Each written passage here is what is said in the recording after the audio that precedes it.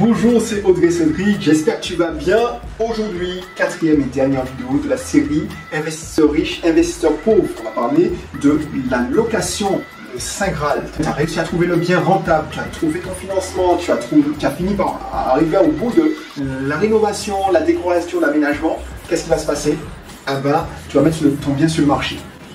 Alors, si tu ne me connais pas encore, c'est simple, je m'appelle Audrey Cédric, alias Belrix. En fait, peut-être que j'étais comme toi, il y a quelques années, j'étais salarié, jusqu'en 2015, j'étais salarié, et puis salarié à Lyon, et j'en ai eu marre, je me suis dit vers 2013-2014, je me dis bon, il faut que tu cherches une autre solution pour rentrer en Martinique, parce que si pour revenir en Martinique en état salarié, ça sert à rien, parce que j'étais bien à Lyon, tout simplement.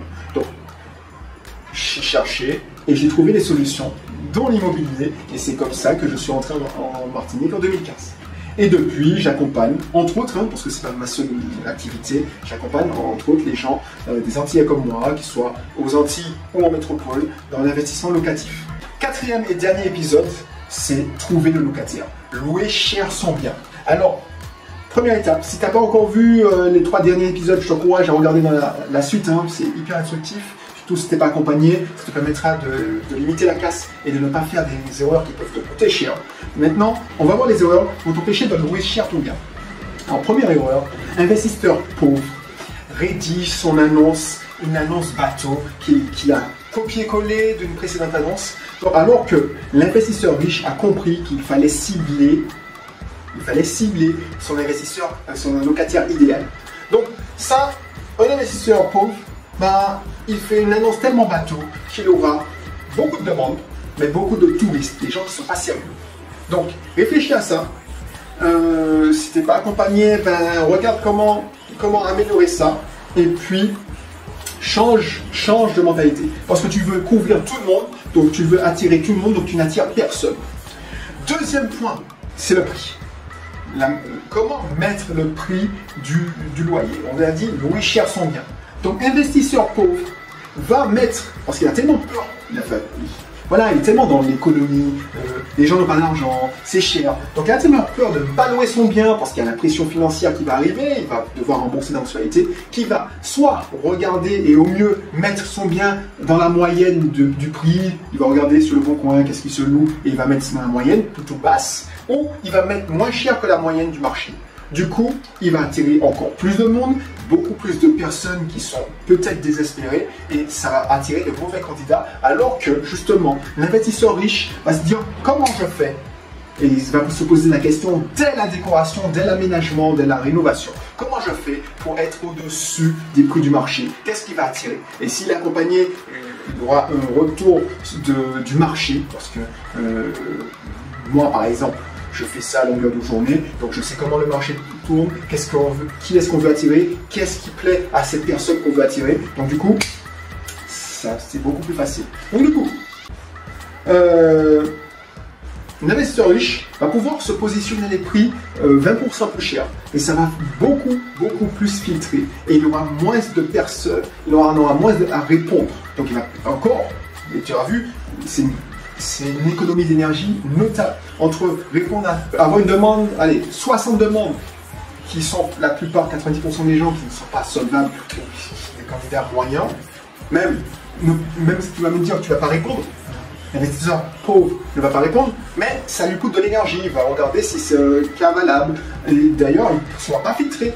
Troisième chose, l'investisseur pauvre, justement, comme il ne sera pas filtré, il a beaucoup de demandes, ce qu'il va faire, c'est qu'il va faire visiter à tout va, sans prendre de précautions.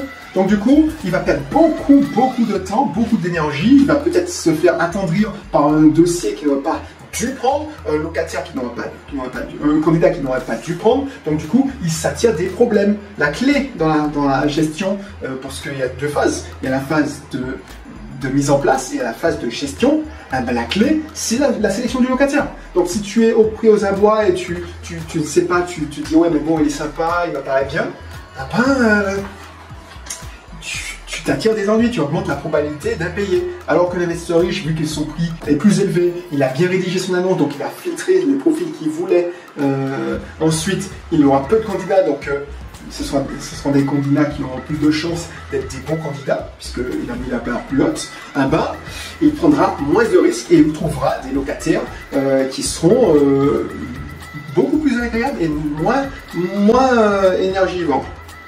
Donc du coup, c'est ça la clé, hein. Pour que ce soit agréable, pour que tu puisses avoir envie d'investir et te bouger pour investir, il faut que ce soit facile, ce sera pas énergivore. Donc du coup, si toi tu as une mauvaise expérience sur le locataire, deux locataires, ton subconscient va imprimer ça et tu vas te dire, bon, l'immobilier j'ai donné, je vais me regarder où est-ce que je peux aller. Donc tu vas céder aux chimères de l'entrepreneuriat facile, du dropshipping, voilà. Tu vas peut-être vouloir faire du trading si tu le fais le trading, je te conseille de te faire accompagner, mais comme tu as une mentalité d'investisseur pauvre, tu vas pas vouloir investir, tu vas regarder des vidéos et ce sera encore plus. Tu vas retomber dans un site infernal, des vidéos gratuites. Donc, tu vas perdre beaucoup d'énergie, tu vas faire visiter, et alors que l'investisseur riche, il a deux ou trois créneaux d'investissement, de visite, c'est tout. Et puis il a moins à faire visiter, donc c'est beaucoup plus facile. Oui, vécu chez un client, heureusement que je l'ai dissuadé. L'investisseur pauvre, et c'est là, la bonne attitude, c'est de prendre un accompagnement.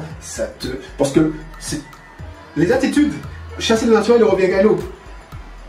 L'investisseur pauvre, vu qu'il a une pression financière et qu'il y a des mensualités qui vont arriver, et comme il a bouffé le report, pour ceux qui ont demandé un rapport, parce que le chantier a duré plus longtemps que prévu, donc il a la pression, il veut faire entrer du cash plus vite.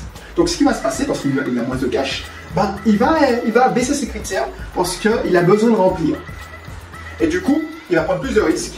Et patatras, il va se mettre en danger et peut-être il va faire le mauvais choix de locataire parce qu'il ne veut pas attendre. Il aurait attendu 2 semaines plus tard. Il doit trouver la perle rare. Là, il a choisi la personne qui va alors, dans le meilleur des cas, qui va payer, mais il aura quelques jours de retard. Dans le pire des cas, qui ne va pas payer du tout.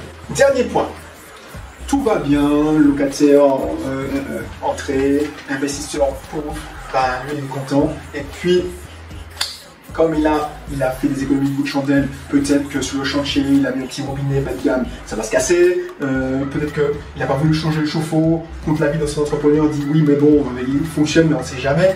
Donc du coup, il aura des soucis.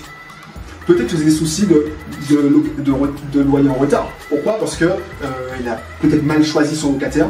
Ce qui va se passer, c'est qu'au bout d'un moment, il aura marre de ses locataires et il en aura marre de gérer l'humain. Pourquoi? Parce qu'il n'a pas investi, il n'a pas été accompagné, il a compris que c'est que de la technique. Effectivement, la technique peut suffire et encore pour la partie mise en place, mais la technique, si tu ne sais pas communiquer et tu n'investis pas sur ta communication, il y a des personnes, alors moi je ne suis pas un coach en communication, mais il y a des gens qui sont très qualifiés pour ça, qui vont t'aider. Moi je peux te conseiller, les gens qui sont accompagnés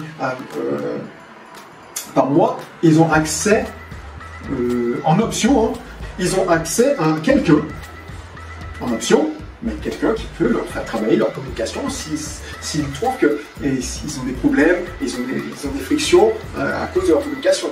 Donc c'est ça que je veux te montrer.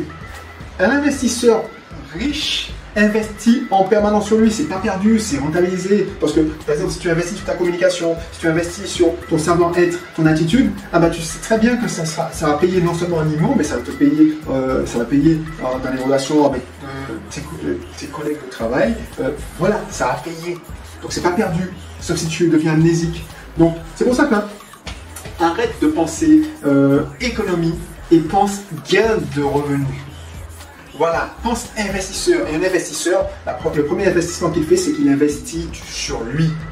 Voilà, il investit du temps, il investit de l'argent, mais il y a un retour sur investissement. Et pour aller plus vite, il n'y a pas de secret. Il faut avoir les astuces de ceux qui sont déjà passés par là, c'est ça. Donc c'était tout pour aujourd'hui. J'espère que tu as apprécié cette série, parce que c'est hyper important. Je t'ai donné des pépites sur les 4 vidéos précédentes, enfin les 4 vidéos, la série de 4 vidéos. Si tu suis ces conseils, tu ne fais pas ce que l'investisseur pauvre va faire, c'est là que tu peux avoir une envie, parce que le subconscient, quand c'est douloureux, il passe à autre chose. Une envie de faire le troisième, le deuxième, le troisième, le quatrième, et enchaîner, pour que tu augmentes ton thermostat financier. Donc du coup, je te laisse, et puis on se retrouve pour une prochaine vidéo. Allez, bye bye.